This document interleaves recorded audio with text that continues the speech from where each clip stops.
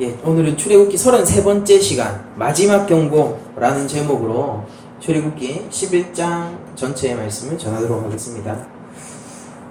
오늘은 제가 이런 질문으로 설교를 좀 시작해보려고 합니다. 제가 보통 이런 거 잘 안 하잖아요. 근데 여러분들 은혜 받을 준비 되셨나요?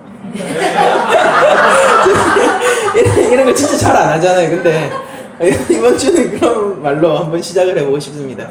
이게 왜 그러냐면은 이게 진짜 은혜가 됐거든요, 저한테. 말씀이 진짜 은혜가 됐고, 그 은혜가 모르겠습니다. 이 부족한 설교자를 통해서도 성령님께서 함께 하신다면은 우리 교회 가운데 이렇게 퍼질 수 있을 거라고 믿으면서 확신의 말이죠. 은혜가 준비되셨나요? 이 자신감입니다.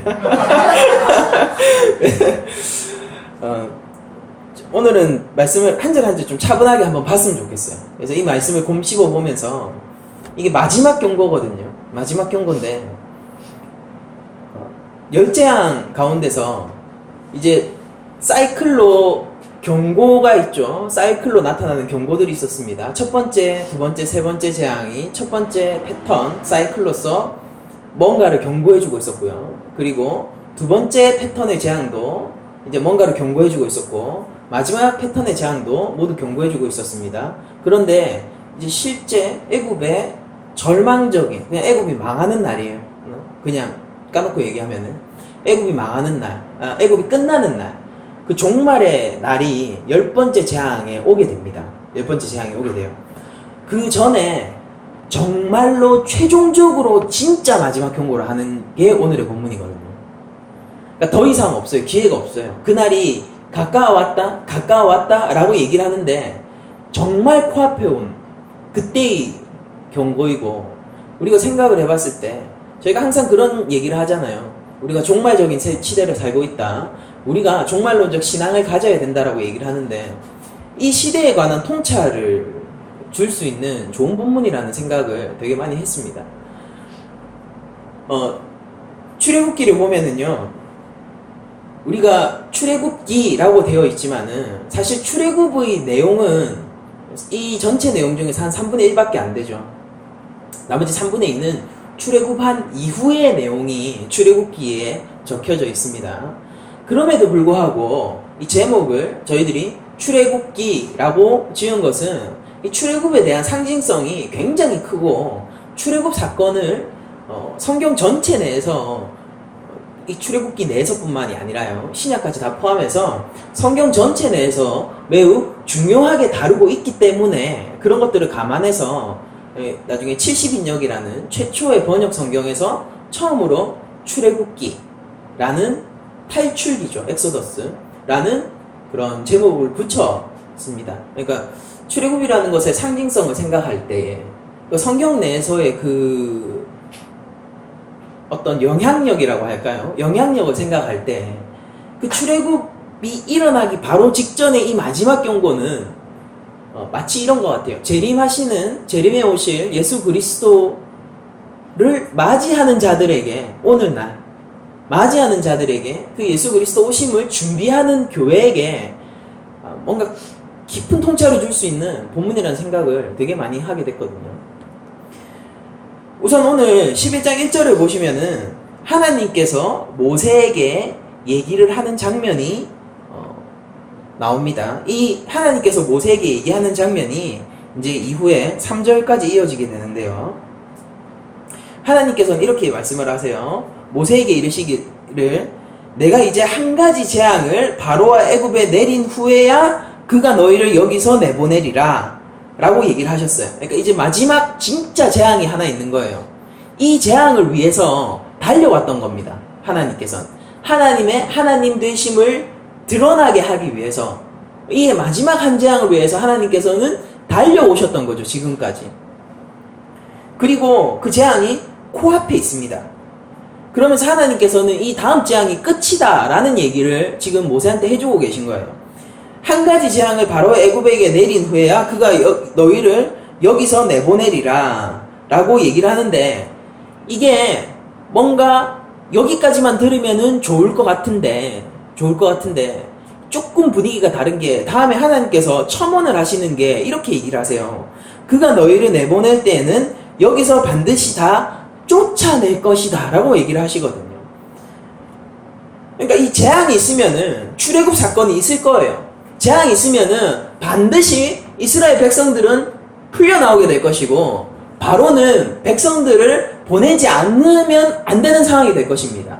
그런데 그 형태는 어떤 형태냐면요, 바로의 순종의 형태가 절대 아닌 거예요.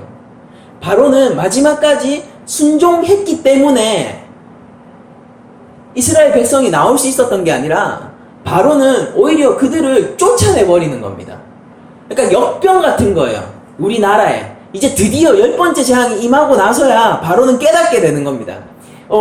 이것들이야말로 우리 국가의 바이러스구나. 있으면 안 되는구나. 얘네들이 있어서 우리나라가 망했구나. 왜 그런 거 있잖아요. 우리도 뭔가 예수님을 믿지 않는 사람들은 집에 뭔가 꺼림칙하게 느껴지는 물건이 있어요. 근데 집에 자꾸 우환이 생기는 겁니다. 그러면은 야, 이거 내가 괜히 이걸 가지고 있어서 그런가? 라고 하면서 멀쩡한 물건도 버리는 경우가 있잖아요. 사실 그 물건 탓은 아니죠. 근데 사람이 마음이 그렇단 말이에요. 그런 것처럼 지금 바로는 이스라엘 백성들을 이게 누구 때문에 온 재앙인가를 이스라엘 백성들을 탓하고 싶은 거죠. 사실은 자기 자신의 불순종 때문이었습니다. 그러니까 하나님됨을 실제 인정했지 않습니까? 하나님이 하나님됨을 인정했을 때 거기에 순종했으면 모든 게 쉽게 풀려요. 그런데 그냥 너무 어려운 길을 스스로 선택해서 스스로 갔고 그 자신의 선택에 따라서 제국의 멸망이 왔단 말입니다. 그럼에도 불구하고 바로는 뭘 하느냐면은 거기에서도 회개치 못하는 겁니다. 이게 종말을 사는 사람의 강팍함이에요. 이게 누구 때문이냐? 그러면 이 사건이 누구 때문이냐? 이스라엘 백성 때문인 거예요. 그리고 하나님 때문에 망한 거예요. 이스라엘 백성이 이 나라의 바이러스 같은 존재고 하나님이 이 애굽 제국의 바이러스 같은 존재인 겁니다. 이게 어떻게 가능하냐? 이런 생각이 어떻게 가능하냐? 가능하라는 거죠. 오늘날 종말을 살아가는 우리들, 종말의 개념에 대해서 다시 한번 제가 말씀드릴게요. 누차 여러 번 말씀드렸죠. 종말이라는 거는 시간에 묶여있는 개념이 아니에요.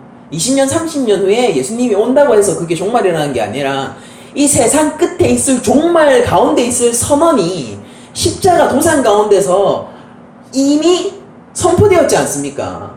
보혈 아래 있는 자는 무죄하다라고 나와 하나다라고 예수님께서 선포하셨지 않습니까? 언제요? 다 이루었다 하셨을 그때 다 이루셨어요. 우리의 모든 죄가를 짊어져 버리셨다고요.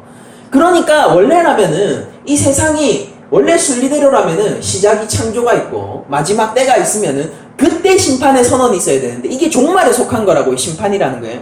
근데 2000년 전 골고다 언덕 십자가 도상 위에서 그 선언이 일어나 버린 것입니다. 그래서 그 이후로부터는 그 종말의 선언 가운데 누구나 서 있게 되는 거예요. 그래서 누구나 종말을 사는 겁니다. 그건 어떤 종말이냐? 임박한 종말이에요. 코앞에 다가온 종말. 어느 때와 같은 때냐면은 바로 모세가 바로에게 경고했던 오늘의 본문의 그 시기와 같은 정도의 임박한 종말들을 누구나 살고 있는 거예요. 설령 30억 년이 앞으로 몇백만 년이 인류의 역사가 지속될지언정 그 모든 역사는 종말 가운데 있습니다. 시간적 개념이 아니라 종말적 선언 가운데 있는 것이죠. 이미 십자가는 골고다 언덕에서 섰어요. 그리고 그 사건을 누구도 부정할 수가 없습니다. 누구나 목도한단 말이에요. 지금도. 그거를 어떻게 대할 것이냐라는 거죠. 근데 이 종말적 상황 속에서 죄인들의 반응은 무엇이냐면요, 자신들의 죄를 결코 인정치 않는 형태로 흘러가게 되는 거예요. 하나님을 탓하게 되고 하나님의 백성을 탓하게 되고 바로도 순종함으로 백성을 보낸 것이 아니라 하나님이 강제로 뜯어오신 겁니다. 어떤 느낌인지 아시겠습니까? 바로는 순종하고 싶지 않았어요. 그러나 바로로부터 하나님의 백성들을 분리시키기 위해서 하나님이 강제로 뜯어버리시는 거예요. 그래서 바로는 이렇게 얘기를 하는 거죠. 저 역병들을 내가 반드시 쫓아내버리겠다. 그리고 여기에 암시적으로 숨어있는 또 하나의 뉘앙스가 무엇인지 아십니까? 아직까지도 바로는 자기가 왕이라고 생각하고 있어요. 내가 쫓아내면은 쫓아낼 수 있다라고 생각을 하는 거예요. 이걸 우리가 순종이라고 부르지 않죠. 하나님 당신의 말이 있고, 내가 비록 애굽의 왕이지만은 하나님은 천지의 창조자이시고, 나의 이 권력조차도 하나님으로부터 온 것이기 때문에, 이 너무 신앙적인 고백인가요? 그런데 원래 이게 정상적인 거예요. 하나님과 피조물의 관계를 생각해 보세요. 이게 원래 정상적인 거라고요. 근데 우리한테 과하게 느껴지지 않습니까? 그러니까 하나님 없는 세상을 사는 우리들한테는. 근데 바로 역시 원래라면은 아주 정상적이었다면요, 에덴 동산의 상태였다면 그런 얘기를 했어요. 제가 비록 애굽의 왕임에도 불구하고, 그렇지만 이 권력 하나님으로부터 나왔고, 나는 하나님의 그 손 아래에 있는, 그 발 아래에 있는 피조물이기 때문에 당신께 순종하겠습니다. 당신이 보내라면은 보내겠습니다 라고 보내는 게 순종이죠. 보낸다고 해서 다 같은 순종이 아니란 말입니다. 근데 바로는 여전히 자기가 왕인 거예요. 여전히 이 제국은 자기 것인 겁니다. 이 이스라엘 백성도 자기 건 거예요. 그래서 자기가 버릴 수도 있는 거가 되는 거예요. 그래서 쫓아내게 되는 거죠. 그러나 실상은 무엇입니까? 하나님께서 내가 한 가지 재앙을 바로와 애굽에게 내어 보내면은 그 재앙으로 말미암아 내가 이스라엘 백성을 구원하겠다. 애굽으로부터 그들을 뜯어내겠다. 바로도 이것을 막지 못한다. 바로는 거기에서 불순종할지 모르겠지만은 그 불순종함도 나의 경륜과 나의 이 계획을 막지 못한다라고 지금 선언을 해주시고 계신 겁니다. 오늘날에도 이 선언이 이 땅 가운데서 계속 울려 퍼지고 있어요. 그리스도가 올 것이다. 그리스도가 올 것이다. 이 피상적인 신앙이 되어서는 안 됩니다. 제가 믿는 바, 저의 믿음에 의하면요.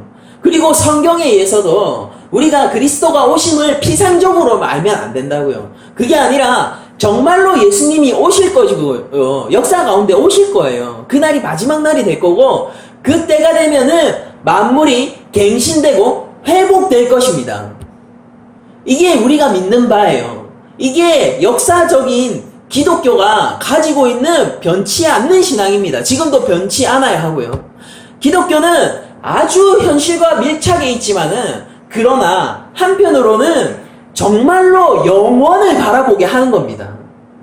진짜 참 영광을 바라보게 하고 하나님을 바라보게 하는 게 기독교예요. 허황된 얘기 같습니까? 저한테는 그렇지 않아요. 이게 객관적인 사실 같아요. 과학처럼. 하나님 살아계시고 예수님이 살아계신 게 진짜로 객관적인 사실이라는 것을 저는 알고 있고, 그분의 계획과 경륜은 한 번도 틀어진 적이 없다는 것을 저는 성경을 통해서, 또한 저의 삶을 통해서 잘 알고 있기 때문에, 그 하신 약속, 성경에서 이루어지지 않은 예언이 딱 하나 남았어요. 그리스도의 재림. 그 예언 역시 하나님께서 신실하게 언약적 신실함을 가지고 반드시 이루리라는 것을 알고 있습니다. 그러나 그 날을 생각할 때 회복의 날이고 기쁨의 날이지만은, 그 임박한 그날을 생각하면은 또한 이 땅의 어두움이 보이는 겁니다. 이 땅의 바로들, 회개치 않는 바로들, 여전히 자기의 죄를 회개하기보다도 하나님 없으면은 그걸로 된 거 아니야? 라고 자기를 위로하고 있는 하나님의 피조물들. 다른 것이 아니라 하나님이 없으면 되잖아 라고 얘기하는 하나님의 피조물들. 이런 것들이 제 눈에 보인단 말이에요. 바로의 태도는 많은 부분 이 종말의 시대에 살아가는 죄인들을 연상시키게 합니다. 우리 역시 거기에서 다르지 않을 수도 있다라는 생각을 저는 해봅니다. 이어서 2절을 보시면요, 백성에게 말하여 사람들에게 각기 이웃들에게 금은 패물을 구하게 하라 하시더니 여호와께서 그 백성으로 애굽 사람의 은혜를 받게 하셨고, 또 그 사람 모세는 애굽 땅에 있는 바로와 신하와 백성의 눈에 아주 위대하게 보였더라 라고 얘기를 하고 있습니다. 근데 이 마지막 경고의 때에, 이 마지막 날에 하나님, 제가 어떻게 바로 앞으로 갈 수 있겠습니까? 제가 입이 둔한 자입니다. 저 아무것도 아니에요. 40년 동안 목자 생활하고 양치기 하다가 저 아무것도 아니잖아요. 저 어떻게 간단 말입니까? 가라. 안 돼요. 가라. 안 돼요. 가라. 안 돼요. 가라. 안 돼요. 가라. 안 돼요. 5번을 거절했던 모세가 지금 어떻게 되어 있습니까? 하나님께서 약속하셨어요. 내가 너를 바로에게 신과 같이 되게 하겠다라고 약속을 하셨습니다. 그리고 또한 출애굽기 3장을 보시면요. 내가 너희 거기서 출애굽할 때에 많은 재물을 가지고 나오게 하겠다라고도 약속하셨어요. 그 약속을 이루시겠다고 지금 하나님께서 선언하시는 것이죠. 그렇게 연약했고 아무것도 아니고 광야 생활 가운데서 이제는 어떤 상황이었냐면은 그런 거 있잖아요. 너 왕자였다며, 왕족이었다며 라고 얘기하면은 그 말조차 부끄러운 시점이 됐지 않습니까? 야, 니 옛날에 왕족이었다며. 얘기하지 마. 지금 내 모습을 봐. 그런 얘기 하지 마. 내 마음이 너무 괴롭다. 그랬던 적은 있었지. 전혀 상관없잖아, 지금 나랑. 회복될 수도 없잖아. 그랬던 그 모세가 지금 어떻게 돼 있는 거예요? 애굽 내에서는 바로보다도 위대하게 보이는 거예요. 그래서 하나님의 백성들이 주변에게 여러분들 잘 생각하셔야 돼요. 이게 강탈 같은 개념이 아닙니다. 그게 아니라 마치 신에게 공물을 바치는 개념이 있을 거예요. 이거 애굽 사람들도 뭘 인정하는 겁니까? 여호와 하나님이 심지어 여러분들 저번에 보셨잖아요. 최고 창조신이었던 그 라신만 아몰라 그 태양신 라신마저도 꺾였지 않습니까? 그러니까 진짜 하나님이 참 하나님이구나를 인정하는 거예요. 그러니까 제사적 의미에서 공물을 일종의 바치는 형태로서 지금 자기의 금은 폐하를 내보내게 하는 것이고, 이런 것을 성경이 지금 은혜를 베푸셨다라는 표현으로 그리고 있는 것이죠. 이 마지막 날 무엇이 일어날 것인가에 대해서 미리 얘기를 해주고 있는 것입니다. 그래서 백성들은 재화를 얻게 되고요. 나중에 이걸로 다 성막 짓고 뭐 이렇게 합니다. 성막 엄청나게 비싸잖아요. 금도 많이 들어가고. 금도 막 조제해가지고 하는 게 아니라 금 통째로 두드려서 만들어야 돼요. 그 상상이나 해보십니까, 여러분들? 그런 사치를. 그런데 그렇게 만들라고 하나님이 하시는데 그게 다 어디서 났냐고요. 이 노예들이 하나님께서 미리 받아오셨죠. 그들이 제사 드릴 수 있게, 성막을 지을 수 있게, 그들이 불편함이 없도록 하나님께서 하나님 되심을 나타나셔서 신으로서 마땅한 대접을 하나님께서 받으시는데, 그 혜택을 누가 받았습니까?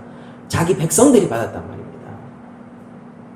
하나님이 싸우셔서 이기셨고 그 혜택을 백성이 받았고, 하나님이 싸우셔서 이기셨고 그 혜택을 모세가 받고 있는 거예요. 모세는 정말로 공히 이 시점에 가서는 바로보다 위대한 참 지도자인 거예요. 바로가 무서웠으면은 공물을 주지 않죠. 그러나 사람들은 모세가 더 두렵고 모세가 더 능력있고 이 애굽의 미래와 애굽의 존망이 모세에게 달려있다는 것을 다 인정해버린 것입니다. 바로는 패배했어요. 그 날이 마지막 날에 올 것이다 라고 얘기를 하는 겁니다. 여러분들, 임박한 종말을 사는 우리들은 어떻습니까? 고센 땅인 여러분들, 교회인 여러분들, 임박한 종말을 사는 우리들은 어떻습니까? 우리에게 무슨 소망이 있습니까? 이 땅 가운데서 교회가 어떤 식으로 여겨지고 있죠? 특히 오늘날 2018년 대한민국에서 교회는 어떤 식으로 여겨지고 있습니까? 수치스러운 이름이라고 얘기하지 않을 수가 없죠. 부끄러운 이름이 돼버렸습니다. 교회 다닌다 라고 얘기하면은 그냥 그래 마음의 평안과 안식을 찾기 위해서 종교생활을 하겠지.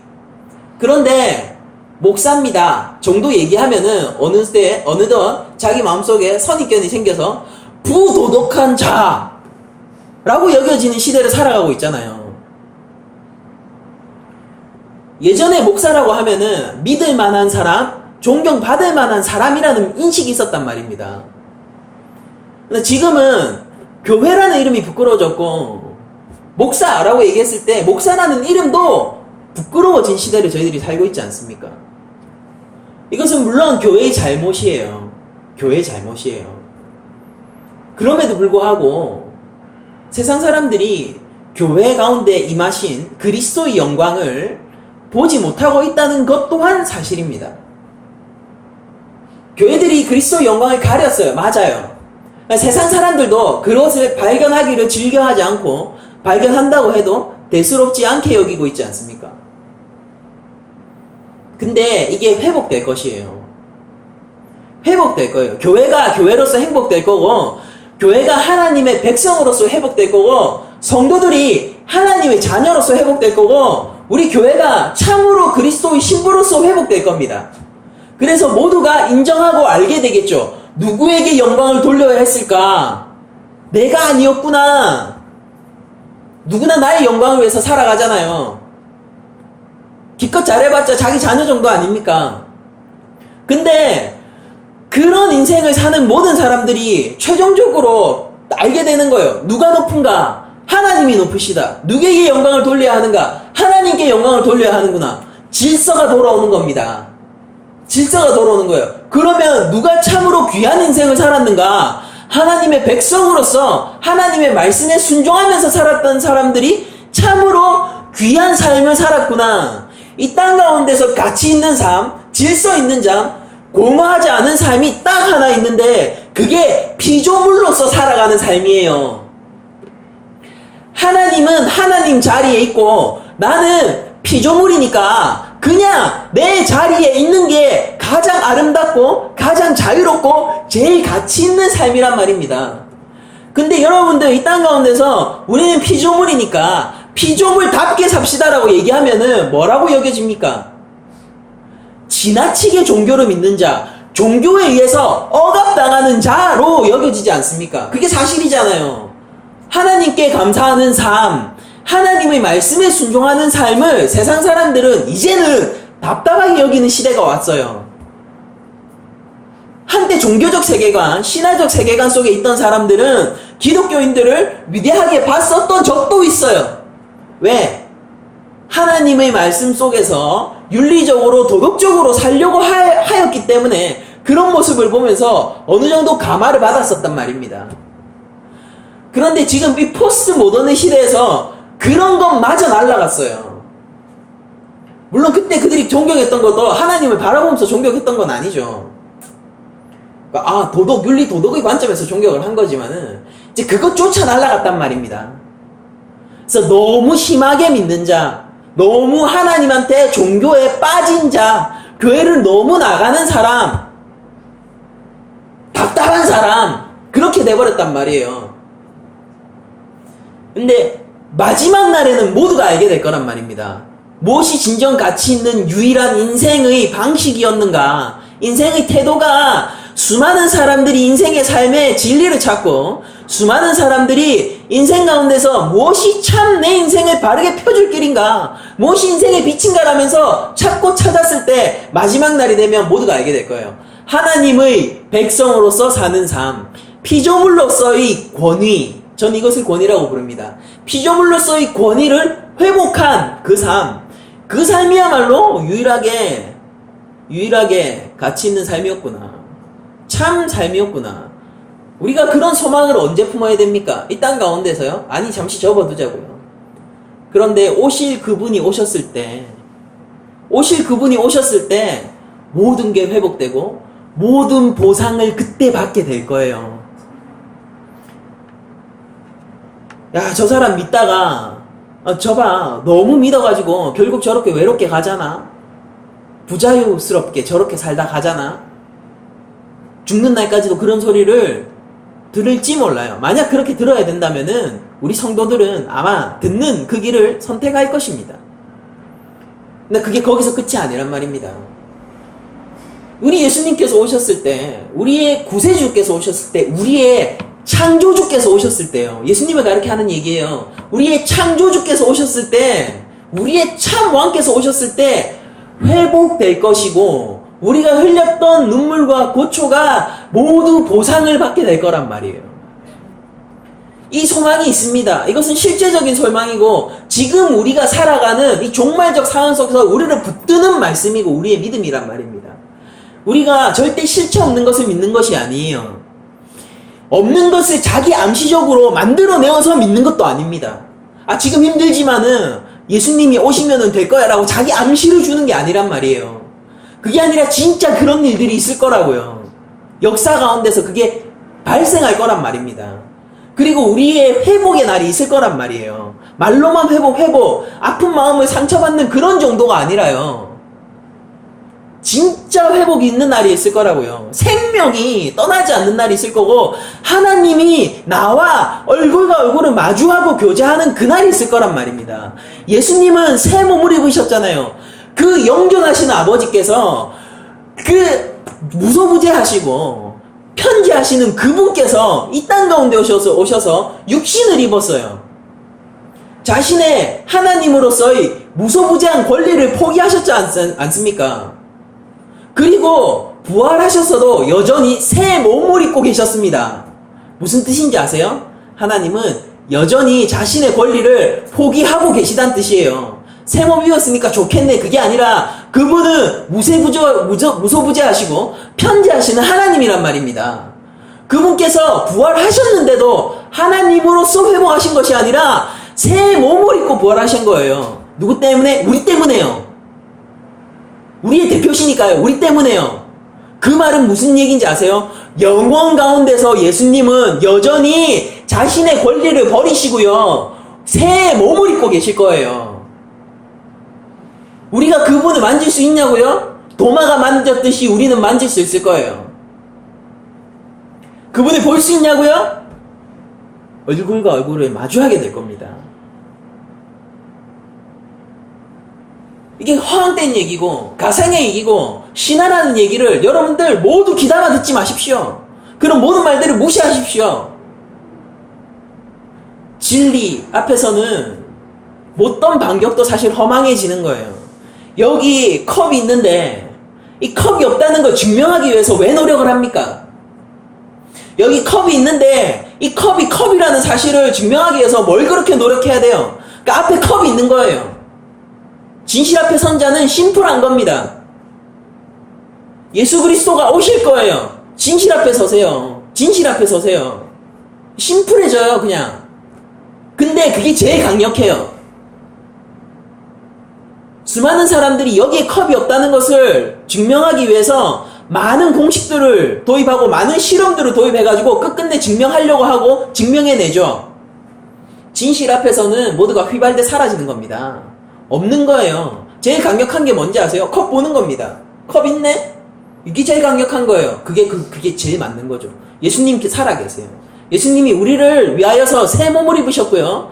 새 몸 그대로 하나님의 영광 그대로 오실 거예요. 그날은 우리에게 회복의 날이 될 것이고 보상의 날이 될 것이고 승전보의 날이 될 것입니다. 뭐 때문에 우리가 승리의 나팔을 울립니까? 예수님이 승리하셨기 때문에 우리가 승리하는 거예요. 이스라엘 백성들이 어떻게 승리의 전리품처럼 마치 전쟁에 이긴 자가 전리품을 얻듯이 금은 보화들을 얻게 되었냔 말이에요. 그것도 자기들이 섬기던 애국 백성들로부터요. 이유 간단하잖아요. 그냥 고센 땅에 있었던 거예요. 그래서 하나님이 다 애국 신들을 두드려 말길 때 그들은 피해를 입지 않았을 뿐입니다. 그걸 보면서 감탄을 하는 거예요. 세상 사람들이. 애국 사람들이 그걸 보면서 인정해버린 겁니다. 그러면서 경배의 공물을 하나님께 바치는 거죠. 네가 나가서 제사를 할 때 이것으로 제사를 해라. 마지막 날의 그림입니다. 지금 얘기해주고 있지 않습니까? 동일해요. 그러나 그리스도가 오실 때도 이런 일들이 조금 사건만 바뀔 뿐이지 똑같은 평행한 관점에서 일어날 것입니다. 자, 이제 하나님께서 모세에게 말씀을 마치시고 모세가 바로 앞으로 들어가게 됩니다. 이 바로 앞에 들어가게 될 때 아주 심플하죠. 이제 모세는 어떤 조건이나 무슨 왕궁 앞에 들어간다든지 무슨 물 앞에 선다든지 그게 아니라 바로 바로를 만난 것으로 지금 기록이 되어 있고요. 장면의 전환이 매우 빠르게 일어납니다. 모세가 바로에게 이르되 여호와께서 이와 같이 말씀하시기를 밤중에 내가 애굽 가운데로 들어가리니 애굽 땅에 있는 모든 처음 난 것은 왕이 앉아 있는 바로의 장자라고 되어 있는데 그냥 처음 난 것입니다. 처음 난 것. 다 똑같은 단어예요. 우리 앞전에 보면 처음 난 것 이렇게 있잖아요. 영어로는 first born. 그 다 똑같은 단어거든요. 처음 난 것은 왕이 앉아 있는 바로의 장자로부터 맷돌 뒤에 있는 몸종의 장자, 이게 처음 난 것이에요. 초태생이란 뜻입니다. 모든 가축에 처음 난 것까지 죽으리니 라고 되어 있습니다. 애굽 온 땅에 전무후무한 큰 부르짖음이 있으리라 라고 얘기를 하고 있어요. 이 마지막 날을 지금 모세가 바로한테 어떤 식으로 설명을 하냐면요, 처음 난 것은 다 죽는다라고 얘기를 하는 거예요. 근데 그게 왕으로부터, 여기 보면은 맷돌 뒤에 있는 몸종의 장자라고 되어 있지 않습니까? 이 맷돌 뒤에 있는 몸종은 제일 천한 계급을 가리키는 표현이에요. 가장 허드렛 일을 하는 사람들, 가장 노예의 신분에 있는 사람들, 왕으로부터 노예 신분에 있는 모든 계층, 그러니까 한 명도 피할 수 없다 그 말이죠. 그냥 이걸 얘기하면 애굽 온 전역에 있는 모든 지방 가운데서 초태생은 다 죽을 거다. 아들만 죽는 게 아니에요. 딸뿐인 집도, 딸 여섯인 집도 처음 난 딸이 죽었다는 얘기입니다. 이 재앙으로부터 피할 수 있는 가문이 아무데도 없는 거예요. 그리고 여러분들이 고대 근동지방의 사회를 이해하시면은, 물론 저희들은 어떤 가부장적인 배경을 가진 시대를 이해하고 있기 때문에 좀 이해하기 쉬운데, 처음 난, 특히 장자가 죽는다는 것은 가문의 멸절을 의미하죠. 그런 상징성이 있단 말이에요. 고대 근동지방, 특히 이 당시의 애굽 사회도 그런 가부장적인 문화가 있었고요. 처음 난 것의 그 장자의 권위라든지 그 상징성은 이로 말할 수가 없었습니다. 근데 싹 죽는 거예요. 근데 이 슬픔으로부터, 그럼 우리는 딸밖에 없으니까 피할 수가 없는 거예요. 거기에서도 제일 처음 난 딸이 죽게 되는 것입니다. 온 지방 가운데서. 심지어는 이 파괴적 재앙으로부터는 짐승들마저도 피할 수가 없는 거예요. 여러분들 잘 생각해보세요. 짐승들은 무슨 잘못을 했죠? 짐승들이 뭘 잘못했습니까? 아무 잘못 안 했잖아요. 바로가 불순종했을 뿐이지 않습니까? 그런데 죄라는 것이 얼마나 무서운 것이냐면요, 그 파괴력과 그 영향력이 어떤 것이냐면요, 바로의 불순종으로 말미암아 만물이 파괴되어 가는 것을 보여주는 것입니다. 그러나 예수 그리스도로 말미암은 한 사람의 순종으로 말미암아 만물이 회복될 것이라는 것을 믿는 것이 우리 기독교인 것입니다. 여러분들, 우리가 이 애굽 땅에서 있을 마지막 장자의 죽음의 재앙은 너무나도 저희들이 잘 알고 있어요. 근데 그것이 어떻게 가장 파괴적이고 어떻게 애굽에 내려질 수 있는 가장 지독한 재앙이었는지를 우리가 이해하기 위해서는 애굽의 배경에 대한 이해가 필요하고요, 장자의 상징성을 이해하는 것이 필요합니다. 장자, 처음 난 것, 초태생이라고 부르는 게 가장 적절한 번역일 텐데, 초태생들이 싹 다 죽었을 때 애굽은 말 그대로 진짜 끝나버린 제국으로서 뭐 그런 거 없어요. 사람들은 있지만은 모두 다 믿었어요. 애굽은 끝난 나라이다. 종말을 맞았다 라고 정말로 믿었던 겁니다. 여러분들 불운했지 않습니까? 흑암 가운데서, 흑암의 재앙, 그 흑암 가운데서 불안했지 않습니까? 사람들이. 야, 이게 태양이 가려졌다고? 아니, 태양신 라가 더 이상 부활하지 않는다고? 그것도 3일간이나? 뭐야, 이 세상이 끝나는 거 아니야? 말 그대로 이거 종말의 때잖아 라고 했는데 진짜로 그게 실현이 돼버리는 거예요. 언제? 어두운 가운데요. 흑암의 재앙조차도요, 그들을 가장 불길하게하고 그들에게 가장 파괴적으로, 아주 주술적인 의미에서요, 종교적인 의미에서 가장 파괴적으로 느껴지는 그 재앙조차도 사실은 경고였던 거예요. 진짜 흑암 가운데서 그 흑암에 들어선 자들은 그 가문이 멸절을 당하게 되는 것입니다. 그리고 모든 가문이 멸절당하고 왕가마저도 끊겼습니다. 이걸 뭐라고 부릅니까? 제국의 종말이라고 우리는 부르는 거예요. 정말로 나라가 끝났습니다. 무엇 때문에요? 바로의 불순종 때문에요. 죄라는 것은 이렇게 무서운 것이에요. 그리고 우리가 잊지 말아야 할 것은 죄는 반드시 값을 치러내게 된다는 것입니다. 하나님은 선하시고 오래 참으셔서 계속해서 회개의 기회를 주지만은요, 그럼에도 불구하고 죄라는 것은 언젠가 청산되어야 할 것이에요. 그 가운데서 하나님은 많은 자들이 하나님의 명령 앞으로 나와 하나님의 말씀에 순종하고 또한 십자가 앞으로 나오시기를 원하고 계시지만은, 그러나 그렇다고 해서 공의로우신 하나님께서 죄를 그냥 눈 감고 계실 수는 없어요. 여러분들, 한편으로는 이런 측면도 있는 겁니다. 죄라는 것을 하나님께서 계속 눈 감고 계신다면 어떻게 되는 걸까요?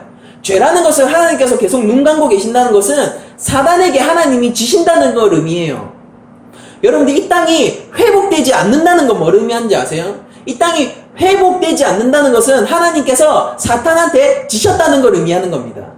사탄이 이 땅 가운데 죄를 유입했고 인간을 타락시켰고 더럽히셨습니다. 하나님이 그 타락하고 더럽힌 인간을 회복시킬 수 없다면은요, 사탄한테 지는 거잖아요. 네가 한 거를 난 더 이상 컨트롤할 수 없겠구나. 야, 내가 니는 어떻게 뭐 처리를 하겠는데 네가 해놓은 짓은 나도 감당이 안 되네. 이렇게 되는 거잖아요.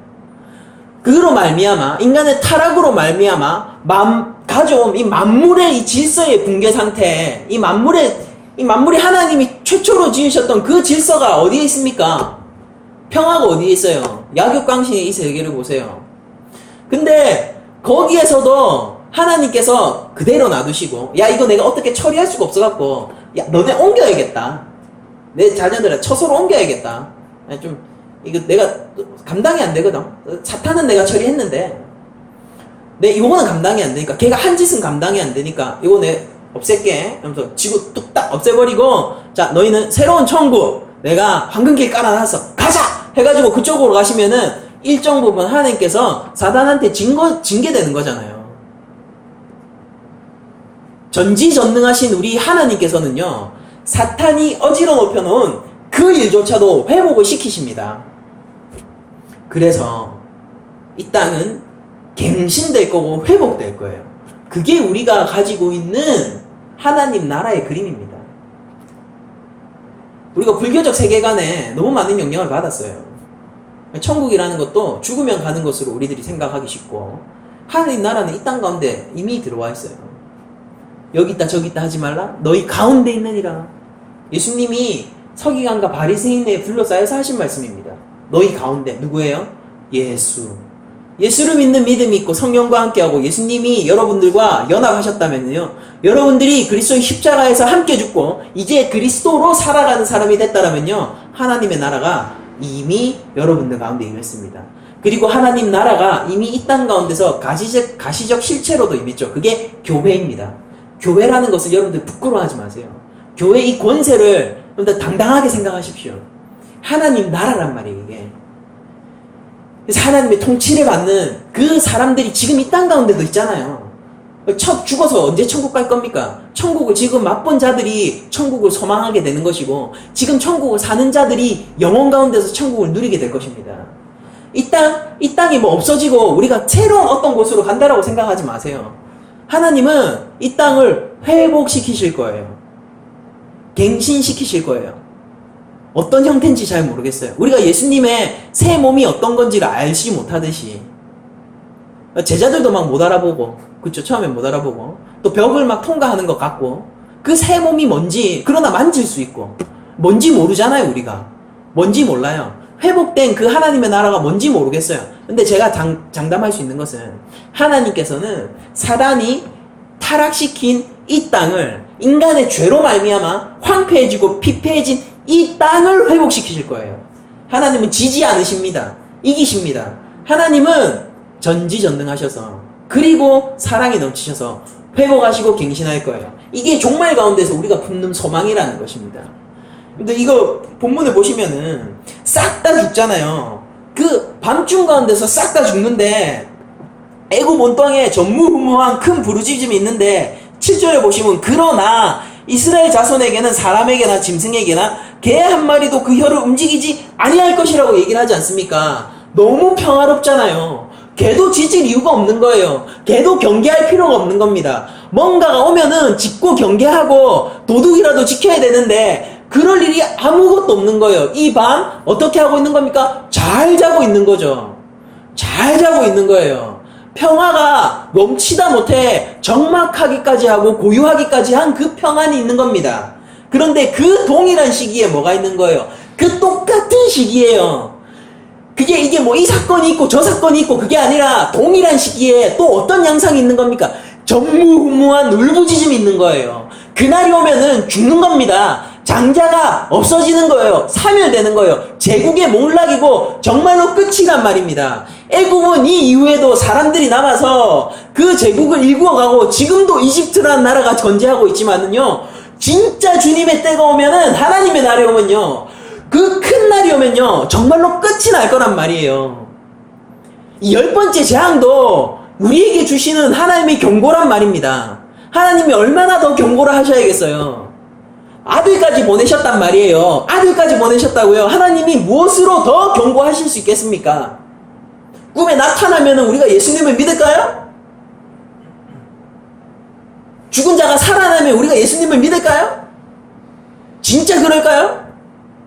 십자가를 바라보는 것 위에 더 큰 이적이 없고, 십자가를 바라보는 것 위에 하나님께서 주실 수 있는 더한 약속이 없습니다, 여러분들. 하나님이 주실 수 있는 최대한의 경고를 다 하셨어요, 지금.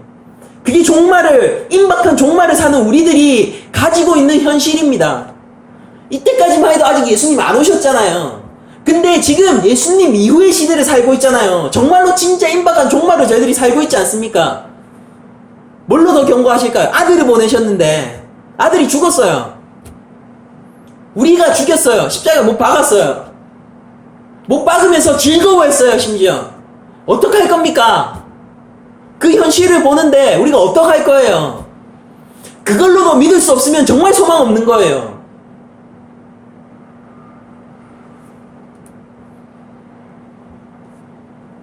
그러나 여러분들, 그 종말의 때에 그리스도와 함께 있는 자들, 하나님의 백성들, 예수 그리스도의 신부는 평안할 것입니다. 평안할 것이고 너무 잘 쉴 거예요. 이런 단잠이 없을 거예요. 개조차도 짖지 않는, 아니 하다못해 무슨 뭐 부스럭거리는 소리라도 나서 잠이라도 깨야 될 텐데 그런 것조차 없는 평안한 날이 그 마지막 날이 될 것입니다. 구약의 하나님이 잔혹한 하나님이고 신약의 하나님은 사랑의 하나님이다, 그런 얘기를 하지 마세요. 구약의 하나님은 심판의 하나님이시고 동시에 구원의 하나님이십니다.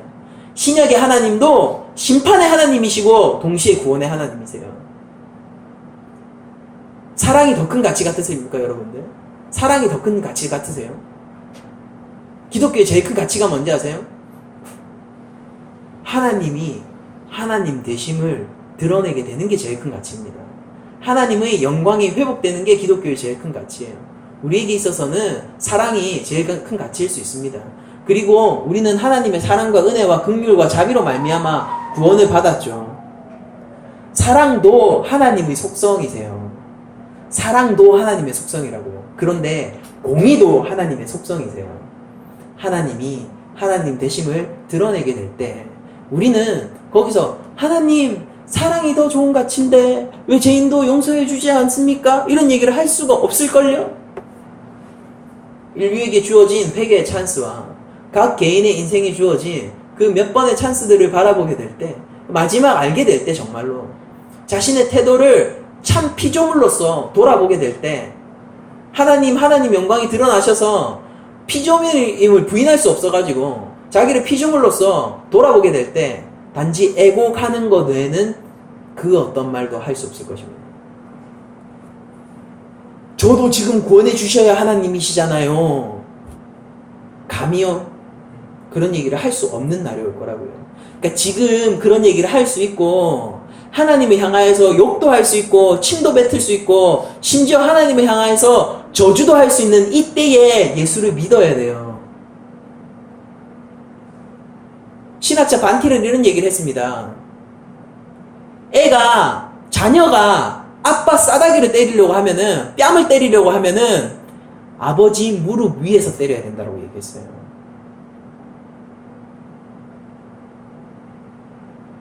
하나님을 저주할 수 있다는 게 뭔지 아세요? 하나님 품 안에 있다는 거예요, 아직까지. 하나님 품 안에 있으니까 아빠 뺨도 때리고 침도 뱉고 저주도 할 수 있는 겁니다.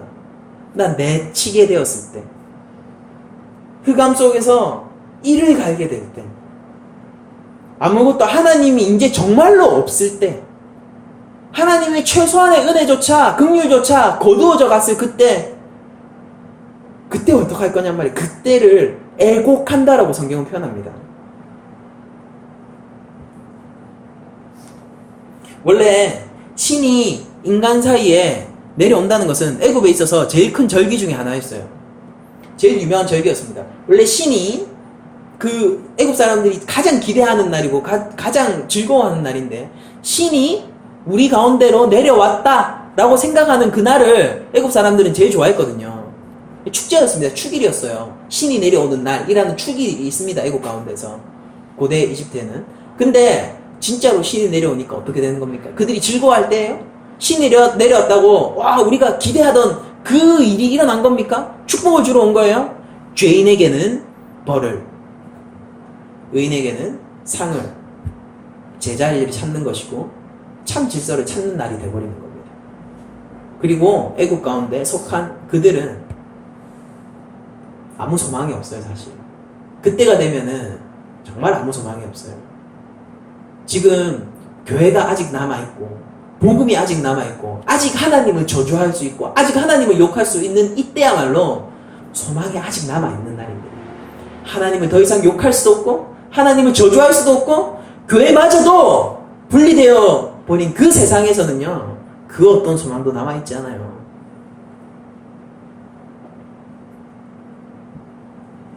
(8절을) 이어서 보시면요, 왕의 이 모든 신하가 내게 내려와 내게 절하며 이르기를 너와 너를 따르는 온 백성은 나가라 한 후에야. 그러니까 지금 뭐라고 얘기합니까? 왕 니 빼고 니 말고는 모두가 안다 이 말이에요.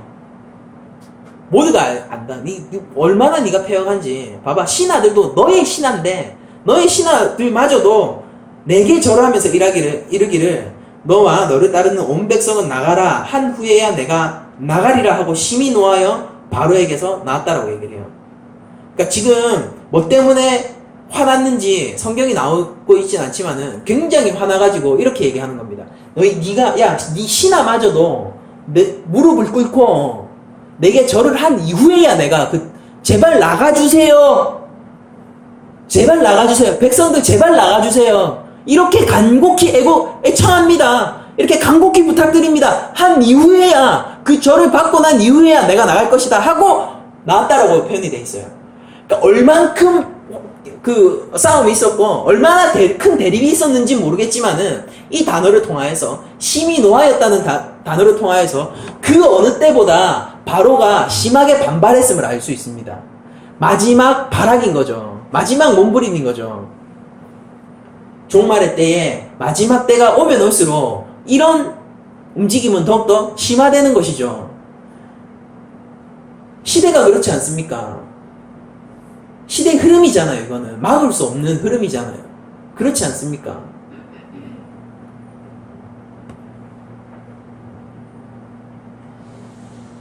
그리고 이 모세의 노함은요, 어느 정도 하나님의 노하심을 반영하고 있는 노함입니다. 얼마나 일정 부분 회개를 하기도 했어요. 그리고 때로는 내보내기 위해서 협상을 하기도 했어요. 그런데 그런 정도가 아니었던 것 같아요. 모세의 태도를 보면요. 상상을 해보죠. 바로는 어쩌면은 이제 정말 안 되겠네. 내가 이제 다 필요 없어. 뭐 죽이 되든 밥이 되든 내 너희 싹 죽이고 우리나라가 멸망하든지 말든지 내 군대 보내가지고 너희 싹 말려버리겠어. 씨를 말려버리겠어. 안 보내. 그렇다고 해서 내가 너희를 차지하지도 않을 거야. 싹 죽여버리겠어. 누가 진짜 왕인지 내가 알게 해주겠어. 누가 진짜 권력자인지 알게 해주겠어. 뭐 이런 정도로까지 나온 것은 아닐까. 어디까지나 상상입니다. 이쯤 되면은 모세가 얼마나 바로가 패역한지를 확인하고 하나님의 그 노하심으로 함께 노했다는 것을 이해하는 데 조금 더 도움이 될 것 같습니다. 중요한 것은 이거예요. 패역한 자는요, 마지막 날이 코앞에 다가와도 패역함을 멈추지 않고 오히려 더 심해진다는 것.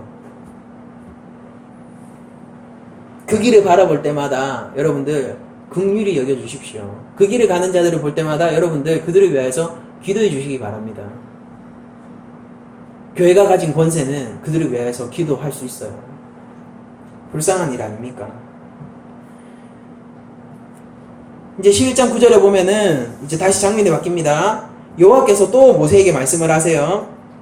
여호와께서 모세에게 이르기를 바로가 너희의 말을 듣지 아니하리라. 그러므로 내가 애굽 땅에서 나의 기적을 더하리라 하셨고, 확정하신 거예요. 지금까지 말씀하신 거, 예고해 주신 것을 바로의 불순종으로 말미암아 확정하신 거예요. 자, 바로가 그렇게 끝까지 불순종했지. 심지어 지금까지 중에서 가장 심하게 나를 반항하고 내 말을 듣지 않기 위해서 가장 심한 불순종을 했지. 그러면은 좋아, 내가 애굽 땅에 나의 기적을 더하겠다 결정하신 것입니다. 모세와 아론이 이 모든 기적을 바로 앞에서 행하였으나 여호와께서 바로의 마음을 완악하게 하셨으므로 그가 이스라엘 자손을 그 나라에서 보내지 아니하였더라 라는 말로 마무리를 지으면서 마지막 경고는 끝이 납니다. 이제 진짜 경고가 올 거예요. 준비를 할 겁니다. 자기 백성들을 나누는 준비, 그리고 자기 백성이 아닌 자들을 나누는 준비, 무교조로 준비하게 하시고, 그러고 나서 유월절로 준비하게 하시고, 그러고 나서 진짜 재앙이 올 거예요. 이제 그 준비를 한다는 것은 뭐냐면은 재앙이 온다라는 소리입니다. 재앙이 온다라는 소리예요. 여러분들, 우리가 하나님께서 바로의 마음을 완악하게 하셨다는 것을 우리들은 이런 식으로 이해를 하죠. 바로가 순종할 수 있는데 마음을 돌린다거나 뭐 그런 식으로 생각하는 것이 아니라, 순종할 수 있음에도 불구하고 하나님이 마음을 막으신다라는 측면에서 생각하는 것이 아니라, 하나님께서 바로의 불순종마저도, 그것마저도 이용해서 주도권을 가지시고 이 모든 출애굽 사건을 이행하고 계신다라는 것으로 저희들이 이해하지 않습니까? 이 마지막 종말의 때가 이런 측면을 저희들에게 가져오는 것이죠. 여러분들, 하나님께서는 하나님의 일을 행해 나가시고 거기에 실수가 없으시고, 여러분들 하나님 선택받은 자, 택자로서, 하나님의 교회로서 하나님을 믿는 그 믿음, 예수 그리스도를 구주로 영접한 그 믿음 위에 있으면요, 하나님께서 결코 실수치 않고 여러분들을 구원의 그날, 그리고 그리스도의 장성한 분량까지 이끌어 가 주실 거예요. 누가? 하나님께서요. 우리는 거기에 반응하고 순종하면서 살아가는 자들이죠. 그래서 종말의 때에 그 무엇보다 필요한 게 하나님의 주권이고, 그 무엇보다 필요한 게 하나님의 긍휼이고 하나님의 은혜와 하나님의 자비입니다. 여러분들, 이쯤 하면은 우리 종말의 때에 대해서 거의 정리가 되는 거예요. 종말론적 신앙이 무엇인지에 대해서 이 본문만으로도 사실 저희들이 정리할 수 있는 것을 다 정리한 것입니다. 우리가 예수 그리스도를 바라는 소망이 헛된 소망이 아니라는 것을 여러분들 먼저 인정하셔야 돼요. 예수님을 믿는데 그냥 그게 무슨 관념적인 믿음처럼 그렇게 되시면 안 되는 겁니다. 예수님이 진짜 아직까지도 새 몸을 입고 계시다니까요. 그리고 영혼 가운데서 그냥 새 몸을 입기로 하셨어요. 좋아 보이는 게 아니라고 제가 말씀드렸잖아요. 무소부재하시고 편재하시는 그 하나님이란 말입니다. 창조주 하나님이시란 말이에요. 그분이 우리를 위하여서 우리 때문에 새 몸을 입고 계세요. 그로 말미암아 우리가 새 몸을 입게 될 것입니다. 어느 때에? 예수님이 오시는 그때예요. 예수님이 오시는 그날 모든 게 회복될 거란 말이에요. 그날을 우리는 소망하는 것입니다. 그게 우리 삶에 힘이 안 된다고요? 힘이 될걸요? 힘이 되셔야 돼요. 우리가 예수님 오시옵소서 얼마나 그냥 관념적으로 붕뜬 얘기였습니까? 관념적으로 항상 붕뜬 얘기였잖아요. 예수님 오시옵소서, 성경에서 그렇게 얘기하니까 그렇게 얘기해야 되는가 보다. 예수님 오신다는 재림의 신앙이 있으니까 그 재림의 신앙을 우리도 지켜야 하는가 보다. 그게 아니라 그거는 진짜 소망의 발로에서 나오는 얘기입니다. 주여 이 땅을 밝혀주세요. 완전히 회복해주세요. 죄 가운데서 고통받는 이 땅을, 이 만물을 하나님께서 회복시켜 주세요. 예수님 오시옵소서. 언제까지 이 인류가 죄 가운데서 고통당해야 합니까? 우리의 인생이 언제까지 이렇게 무의미하고 헛되고 짧고 죽음 가운데 모든 게 삼켜져야 합니까? 얼마나 많은 사람들이 아직까지도 자신을 우상으로 삼아서 하나님을 인정치 못하고 하나님께 받은 이 생명을 소모해야 됩니까? 와주세요. 회복시켜 주세요. 우리가 회복할 수 있어요? 예수님이 회복하시잖아요. 그 소망들이 우리 가운데 있는 겁니다. 이 땅을 긍휼히 여기신다면요. 그리고 그럼에도 불구하고 이 땅 가운데 소망이 있다는 것을 안다면요. 누구나 그 소망을 마음속 간절히 그릴 거예요. 예수 믿는다는 게 전부 다 이제는 뭐 무슨 붕뜬 얘기가 돼가지고 내 인생보다 예수님이 중요하지 않은 시대가 와버렸단 말입니다. 교회 안에서도. 정말로 그런 겁니까? 종말론적 신앙을 살아가는 자들, 종말론적 세계를 살아가는 자들은 진짜 예수 그리스도를 내 삶 위에 두고 내 삶을 그리스도 아래에 두고 예수 그리스도를 바라고 소망하는 삶을 살아야 되는 거 아닙니까? 이제 진짜로 그 마지막 날이 올 거라고요. 알곡과 가라지가 분리되는 그 날이 올 겁니다. 아직까지 하나님을 저주할 수 있는 좋은 날이라고요. 아직까지는 좋은 날이란 말이에요. 아직까지 하나님을 욕할 수 있는 좋은 날이란 말입니다. 근데 그 저주하고 하나님 없어. 난 나를 믿고 살아가. 차라리 내 주먹을 믿겠다. 하나님이 어딨어? 라고 얘기하는 사람들도 하나님 나를 긍휼히 여겨주세요 라고 그 자비를 빌게 되는 그날이 오면 정말 끝이 날 거란 말이에요. 아직 욕할 수 있을 때, 하나님을 저주할 수 있을 때, 내가 내 우상 삼아서 다른 것들을 가치관 삼아서 살아갈 수 있을 때에 하나님께 감사하고 빨리 돌아와야 돼요. 그러니까 전도서에서 이런 얘기를 하는 거 아닙니까? 젊은이들한테 좋다 할 날들이, 이 좋다 할 해들이 끝나기 전에 빨리 그리스도를 경외하는 그 길로 돌아오라고요. 좋은 거야지. 그러나 임박해 있는 이 땅 가운데서 임박성, 그 위기를 알고 살아가는 사람은 아닌 자들과 신앙의 결에서 차이가 날 수밖에 없습니다. 종말론적 신앙이 뭐냐? 저한테 물으면은 전 시간이 없으면 항상 이런 식으로만 얘기해요. 뭐 별거 없어요. 예수님 잘 믿으라는 얘기입니다. 라고 얘기를 합니다. 종말이 다가오고 있습니다. 여러분들 예수님 잘 믿으세요. 예수님 잘 믿으세요. 예수님을 붙드세요. 그리스도 외에 소망이 없어요. 우리 가운데. 그리스도 외에 소망이 없어요. 개조차 짓지 않는 그 평안함, 뭘로 왔을까요? 어린 양이 피로 왔습니다. 그들이 갖게 되는 애국 백성이 아닌 애국 백성들로부터 받게 된 그 전리품들, 금은보화 누구 때문에 왔을까요? 어린 양의 피 때문에 왔어요.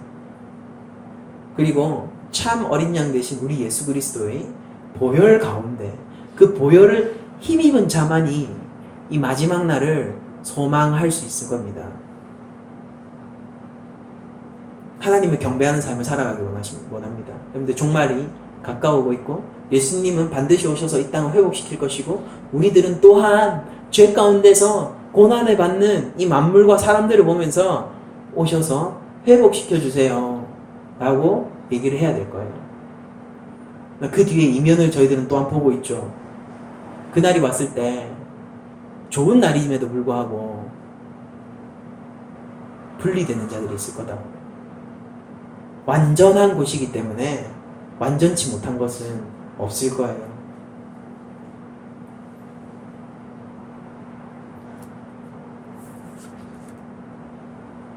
통일을 바라보면서도 우리가 이런 기도를 했으면 좋겠습니다. 종말론적 기도를 했으면 좋겠어요. 하나님 나라가 이미 왔습니다. 그 선언이 이미 십자가 위에서 선언됨으로 하나님 나라가 이미 왔습니다. 그 나라를 많은 자들이 즐기게 해주세요. 그리고 그 나라를 완성시켜 주세요. 통일을 바라보면서도 저 땅 가운데 있는 우리 민족, 우리 동포들, 그리고 그리스도 안에 있는 형제들이 소망을 가지고 하나님 나라 가운데로 들어오게 해주세요. 더 많은 자들이 들어오게 해주세요. 그래서 이 땅 가운데서 하나님의 회복을 점점 드러내주세요. 그렇게 기도할 수 있으면 좋을 것 같아요. 종말론적 신앙은 결코 두려운 것이 아닙니다. 제가 이제 마무리를 할게요. 종말론적 신앙은 결코 두렵거나 사람을 아주 불안한 상태로 몰아서 뭔가를 막 전도하게 만들고 뭐 그렇게 만들지는 않아요. 그게 아니라 오히려 종말론적 신앙은 우리에게 그리스도를 갈구케 합니다. 종말론적 신앙은 막 의무감으로 끝날 때 예수님 20년 30년밖에 안 남았어, 성교 가야 돼, 나 때려치우고 성교 가야 돼, 이렇게 우리를 만드는 게 아니라 영혼들을 긍휼하게 만들어요. 그들을 위해서 기도할 수 있게 만드는 게 종말론적 신앙입니다.